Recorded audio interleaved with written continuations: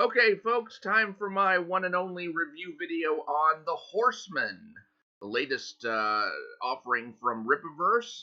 The Horseman is the brainchild of author Chuck Dixon and artist Joe Bennett. The Horseman has the distinction of being the first character in a Rippaverse title, which did not come from the mind of Eric July. Does that make this book better or worse? Well, we shall see. Now, Chuck Dixon and Joe Bennett, besides working for the Big Two, have also worked for Rippaverse before, doing their Alpha Core #1. That was an Eric July created property. And they will be debuting another of their exclusively created properties in the future with Zalen, What Kills Must Die. So we'll be seeing that in the next few months, I assume. Now, entering into the world of the Horseman, we start out in the city of Drescher. I'm not sure if that's a fictional city or if that's a real world city, but we won't be there long because what's going to happen is that the Horseman is going to be driven out of Drescher by the danger imposed by the people coming for him, which in this case are a bunch of ninjas with animal-themed masks. What we get on the side, since the print there is a little bit too small to read, I'll reproduce it on the side, is After Action Report number 147. And if you're thinking, okay, well, this is kind of a creative paucity, given that the Punisher, which Chuck Dixon worked on in the past, started things off with a war journal, well, the lack of creativity is going to continue on a bit. I'm pissing off a better class of hoods these days. Wasn't sure who these guys were or who sent them. Okay, Chuck Dixon's been in the business for I don't know how many years. I think he's probably pretty adept at naming villain groups by now. Moreover, wouldn't it make more sense to name this villain group, given that these are the guys who are going to essentially drive the Horsemen out of Drescher? I would think that if this was just, some guys in clown suits who he's never heard from before, and, he makes speedy work of them, that he's going to think, I'll stick around for a while. But if this was a known group that had a reputation for itself already and had been hired to come after him to the point where he's thinking, oh, I'd better get the heck out of town, that would make a lot more sense. By the way, I can easily think of two different names for this group. One of them I don't like quite so much. The other one I think is pretty good. I'm not going to reveal either of those just because somebody might decide to use them in the future, and I'd like to see if I can reserve it for my own use someday. So, as they're fighting atop the speeding train, we have a scene where one of the ninjas wraps his chain around the baseball bat that the Horseman is carrying, at which point he rips it out of the Horseman's grasp, and the Horseman thinks, damn, that bat was autographed. And the bat goes off into the nethers of the town, into the snow, never to be seen again. And my bullshit meter is already full at this point. Because think about it. You have an autographed bat from somebody, a prized possession, and you're going to take it into combat? I think not. Not when you can buy a self-defense bat on Amazon for $20. You're not going to take what's basically, at this point, a family heirloom and throw that into combat, whether you use it or not. No, that doesn't make any sense. But if you're going to try and shove that garbage down our throats, you could at least make the comic timing work. Like in this case, you have the Horseman, get the bat wrapped around with the chain, and then he says, damn, that bat was autographed. But one of the things that I have been urging writers to do is to limit the character's thinking to like one kind of thought set per frame, one kind of thought set per panel, so that we get to see the change in the or revelations about how the character is thinking from panel to panel. In this particular case, I would have moved this dialogue caption to the next panel. And the reason I would do that is because when he says damn in the first panel, when the bat's ripped away from him, you think he's saying, damn, I'm disarmed. But then you realize in the next panel, that bat was autographed. he's not worried about the fact that he's disarmed.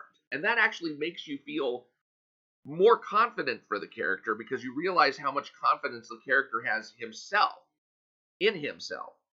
You realize the character has been disarmed, but he doesn't care. That's not what's important to him. He's more worried about the fact that he just lost this thing that was important to him, which again, is completely off the bullshit meter. But he's not worried about how he's going to handle these thugs, and that actually puts the reader in a more relaxed and enjoying state of mind to know that this character has that kind of confidence in himself. And all it took to do this was to move the last bit of dialogue from one panel to the other. So now we have a ninja about to slice him in half, so he draws his gun. And I just want to repeat, he draws his gun. His gun is out at this point. So let's read along. Yeah, this was a family thing. No pro would take it this far. Gloves off and guns out. Okay, you're telling us guns out a full panel after the guns have already come out. Yeah, let's not do that. We ought to have... One of the things you will find that happens in Horseman again and again and again is that the dialogue does not sync well with the art. So in this case, we have him talking about guns out, and the gun has already been out. Let's move these dialogue captions back over to the previous panel, and let's split up the remaining captions between the two panels that are left, and let's see how that improves the scene. Yeah, this was a family thing. No pro would take it this far. Gloves off and guns out. And now you can see, when he says, and guns out, that emphasizes the fact that he's already taken out the gun. I don't make the rules. And then he fires the gun, killing the guy. And one of the things I like about having this line here, I don't make the rules, and then him shooting the guy, is that it kind of gives you some sympathy for the protagonist. He's not killing the guy because that's really what he wants to do. He's killing the guy because he has to. I mean, that guy's about to kill him. He's about to get sliced in two by that sword he's carrying. So when he says, I don't make the rules, that applies to the fact that he's just killed a guy. And so you can kind of have some sympathy for him on that account. And then you get a little bit of comedic effect in the next panel because he says, if I did, rule number 1 would be don't die. And since he's tumbling ass over elbows, and also the fact that he just killed a guy, that lends a little bit of comedic effect to what he's just done. Now we're coming towards the end of the battle, and we've got this climactic scene where he's smashing his foot into the faceplate of one ninja. He's got his hand around the throat of another ninja, but otherwise that ninja's unharmed. And then we've also got a ninja standing off to the side waiting to engage. So after he kicks the guy in the faceplate, he then leaps over the guy down the stairs. And then he runs off. Anything missing here? How about the two ninjas that are supposed to be still following him? I mean, this battle's not over, is it?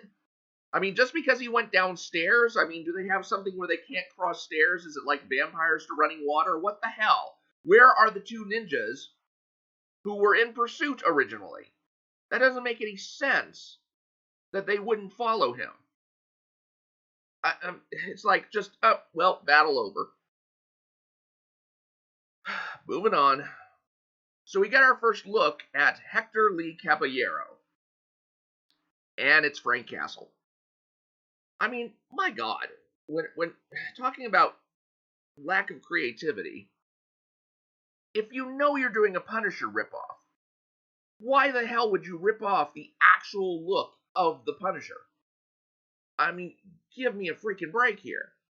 Especially when the guy's name is Hector Lee Caballero. He's a Mexican superhero, and he looks like just any ordinary white dude. I mean, can we at least have him look Mexican, darken him up some, at least make him like Ingrid Valdez dark, give him that Tenoch Huerta complexion here, because oh my God, I'm not Captain Diversity by any means, but even white guys get tired of looking at other white guys all the time. It would be nice to have a Mexican-looking Mexican superhero, if you're going to have a Mexican superhero at all.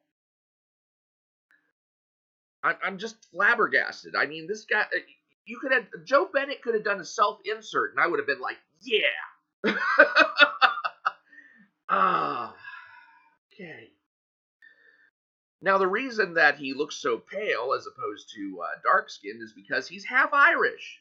For what reason, I don't know, unless, Chuck Dixon and Joe Bennett are just having a baby or something together. And maybe it's because that way Chuck Dixon gets to have a redhead in a wheelchair again. Because where have we ever seen Chuck Dixon associated with a redhead in a wheelchair before? Yep, that's Oracle, Barbara Gordon there.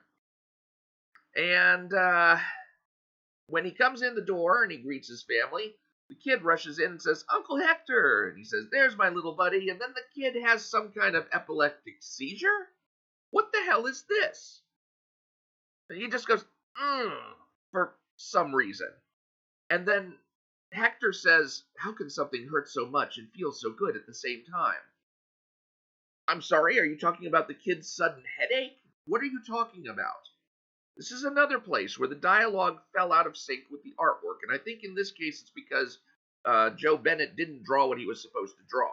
In this case, what Joe Bennett was supposed to draw was the kid basically doing a leaping, running hug at Hector, at which point, the fact that he's sore all over would make him go, ugh. So that dialogue actually belonged to Hector there, not the kid. And then it makes sense that he would say, "How can something hurt so much and feel so good at the same time?" So what do? If you're an editor and you just realize that the artist didn't draw quite the right thing, and now you're in a conundrum because you want to stay as close to the author's original intent as possible, but the art just doesn't do that. Well, that's when you have to switch up show not tell with tell not show, because the artist had decided not to show. So we'll do it like this. "Uncle Hector, there's my little buddy. Ha ha!" He squeezes me in a hug, making my sore ribs ache. "How can something hurt so much and feel so good at the same time?" See, adding in that little bit of dialogue, you get to imagine a little bit of more action in your head, and then it ties in properly with the dialogue that follows. So now he's looking at his wounds, stitching himself up, and he's going back over his origin story. "It started out with me looking for the hoods who put my sister in the wheelchair, who killed my brother-in-law." I'm a little bit disappointed that Dixon went with the girl being his sister rather than his sister-in-law, and the guy who got killed being his brother-in-law rather than being his brother, because you have the potential, at least, for a lot of complicated relationship stuff if those two are not related, because then you can introduce a will they or won't they dynamic into that. It's his brother's widow. You think maybe he might get with her kind of Hunter Biden style? Maybe. Or maybe not. Maybe he wants to keep his distance because if things don't go right, then he might lose access to the kid whom he also loves. That's his nephew. Maybe he, that's a reason why he wants to stay with the girl and keep looking after her the way that he's doing. And there's just all kinds of complexities. He could wind up having a love interest, or she could wind up having some love interest in somebody else, and maybe that'll torture him, and maybe that'll torture her. And there's all kinds of dynamics that could have been left open if they were not blood relatives. But instead, Chuck Dixon decided to go the opposite direction. I don't know why. I mean, just the same way that he decided to make her a redhead in a wheelchair instead of a dark Mexican in a wheelchair. Again, would have been a nice diversity tick. And I could have looked at something other than a redhead in a wheelchair in a Dixon book. "I never found the carjackers that killed Danny's dad and put my sister in that chair. Or maybe I did and didn't know it."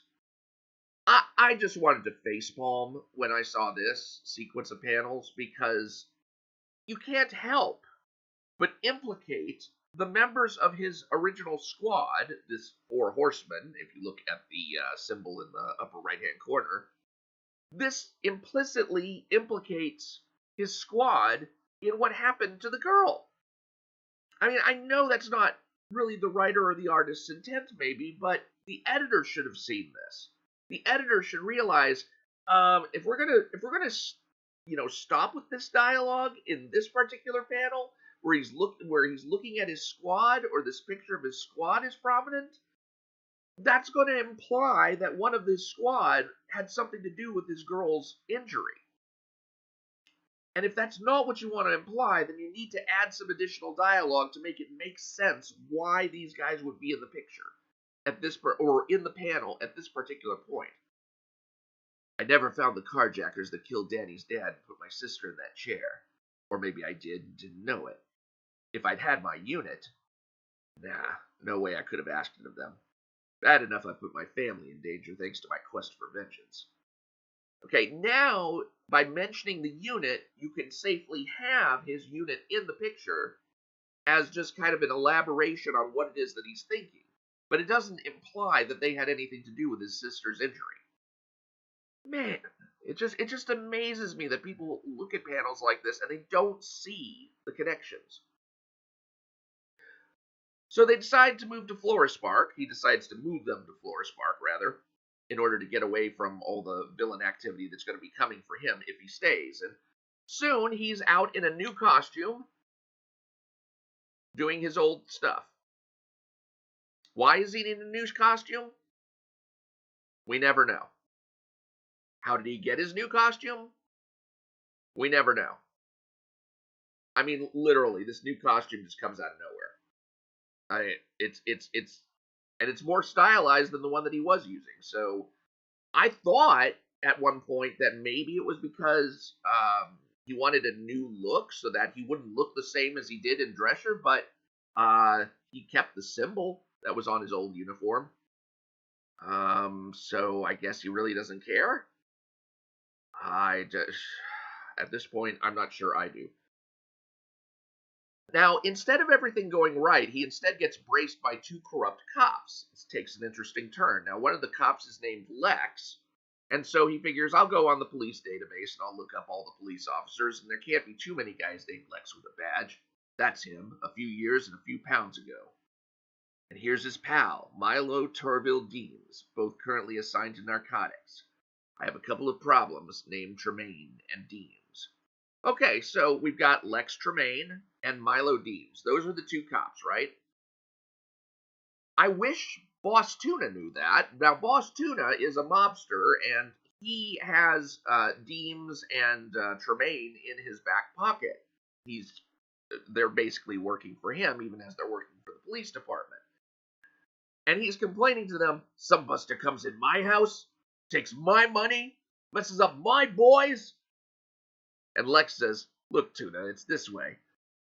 Don't you even be sitting down, Tremaine. Okay, who is he talking to? Because this is Tremaine, and Tremaine is already seated. The person who is in the process of sitting down has to be Deems. So if you're looking at this dialogue blue and you're like, wait, which is which again? What this should be saying is, don't you even be sitting down, Deems. And that's not the worst case of mistaken identity in this book. This is going to blow your damn mind. So we got a couple of cops. These are actually from Alpha Corps number 1. The girl is Callie Briggs. And the other guy is called Mick. And Mick says, we got shots fired, 911 calls from all over the neighborhood. Then the fire calls. I think I see our problem here, Mick. And I'm like, no. Not Mick Davies. That can't be Mick Davies. I mean, he's got, like, kinky black hair. He's got a wide nose. And he says, I ever tell you how I hate mysteries, Callie? And that's when Solari drops in and says, funny thing for a detective to say, Davies. And then I realize, oh my God, they are saying that's Mick Davies. But that can't be Mick Davies. You know why? Because in Yaira number 1, we meet Mick Davies by name for the first time, and this is Mick Davies. And there's actually a Mick Davies character page on the Rippaverse website where he looks like this. And we're told in his investigations, Mick often partners with Callie Briggs. So if it's Mick Davies, this is the guy who's supposed to be with Callie Briggs, not the black guy. And now it says, what do we have to do to get some credit around here? This is a quote that is attributed to Mick Davies. And Mick Davies says this in the opening pages of ISOM #1, where he's got all white hair. Yeah.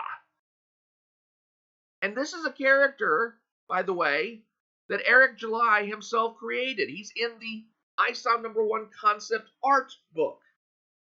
It actually says, quoting Eric July, when I created him.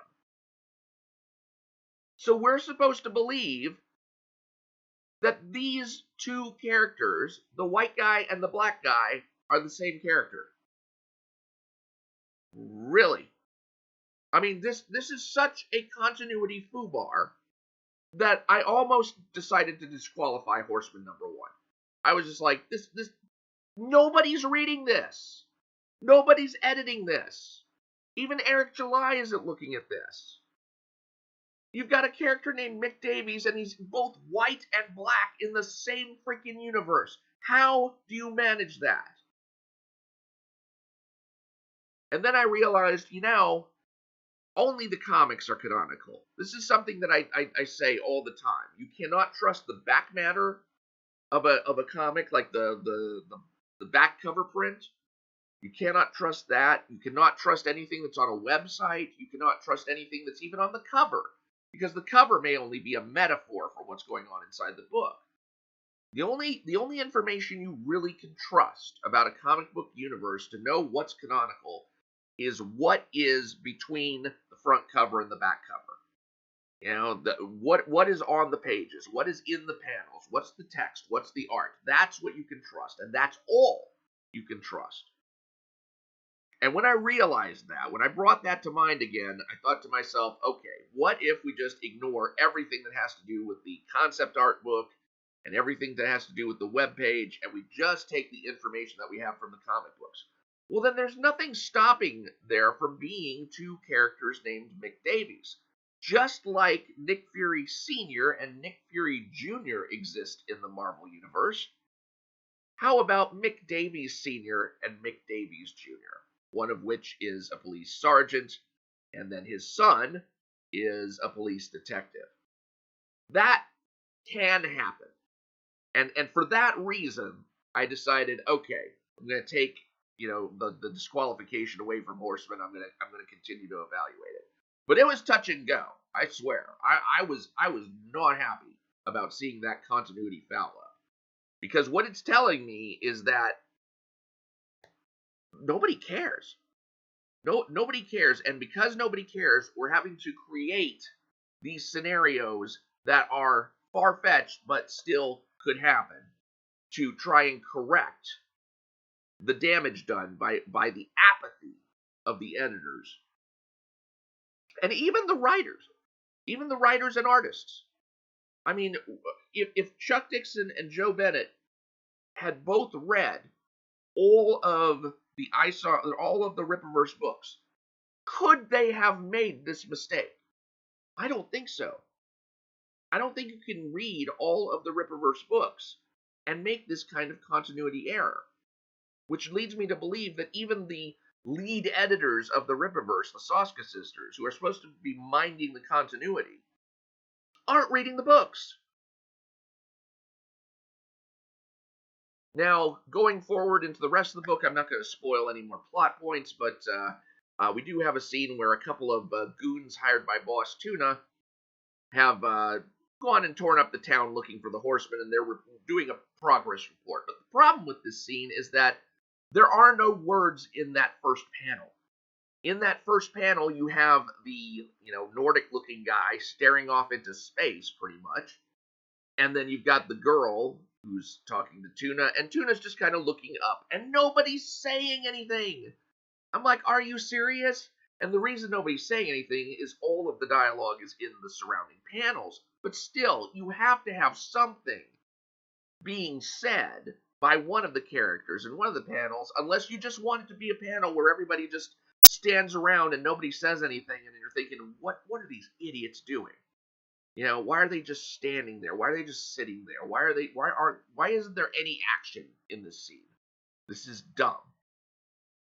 Don't let the characters just stand around and look pretty. You have to have something going on, even if it's just the guy talking and saying, this is what happened. And here, Lord Almighty, I'm going to show you some dialogue, and I swear to God, this is in the book, but I could not believe this when I read it. Character number 1. What's your name? Who are you trying to be? Hector, I don't... What are you calling yourself? I never thought of that. Character 2. All you heroes give themselves a handle. I'm the last horseman, I guess. The Horseman. I like it. Are you fucking serious? You were part of a unit called the Four Horsemen. You have a Four Horsemen tattoo on your goddamn arm.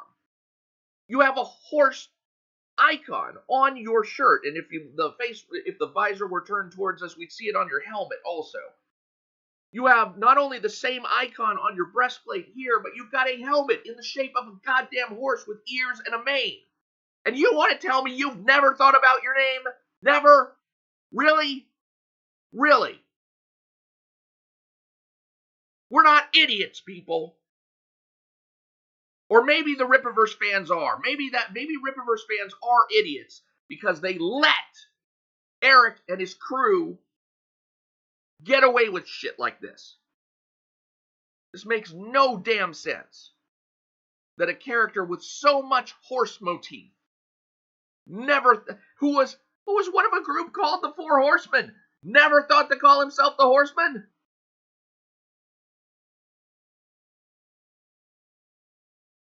It's insulting. It's insulting to readers' intelligence. Okay, overall score.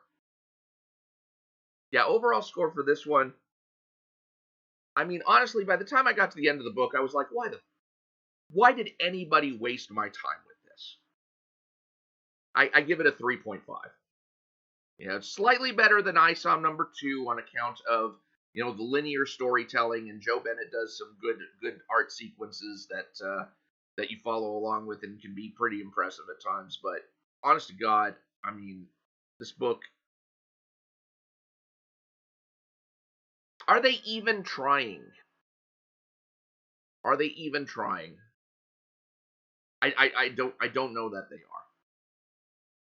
So that is my review of The Horseman. Welcome to Flora Spark, a collection of fast and furious flubs. Now, do be advised that the next book in the Rippaverse series is Bloodruth number 1, and I will not be reviewing Bloodruth number 1 unless I can accumulate sufficient funds to do so.